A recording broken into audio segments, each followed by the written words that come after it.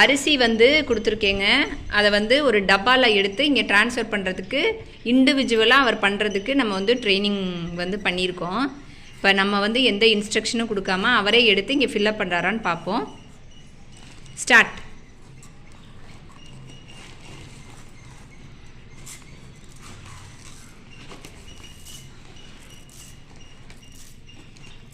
Fill up பண்ணிட்டோம், போட போகிறோம். போடுங்க, ஃபில்லப் பண்ணுங்க.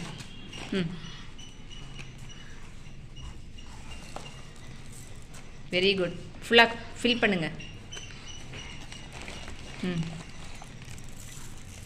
இப்போ வீட்டில் நம்ம தானியங்களை வந்து ஃபில் பண்ணுறதுக்கு, தானியங்களை கையில் எடுக்கிறதுக்கு, அரிசி கோதுமை அந்த மாதிரி கொஞ்சம் எக்ஸஸாக இருக்குது அப்படின்னா நம்ம அதை கொடுத்தோன்னா குழந்தைங்களுக்கு ஃபைன் மோட்டார் நல்லா டெவலப்மெண்ட் ஆகும்.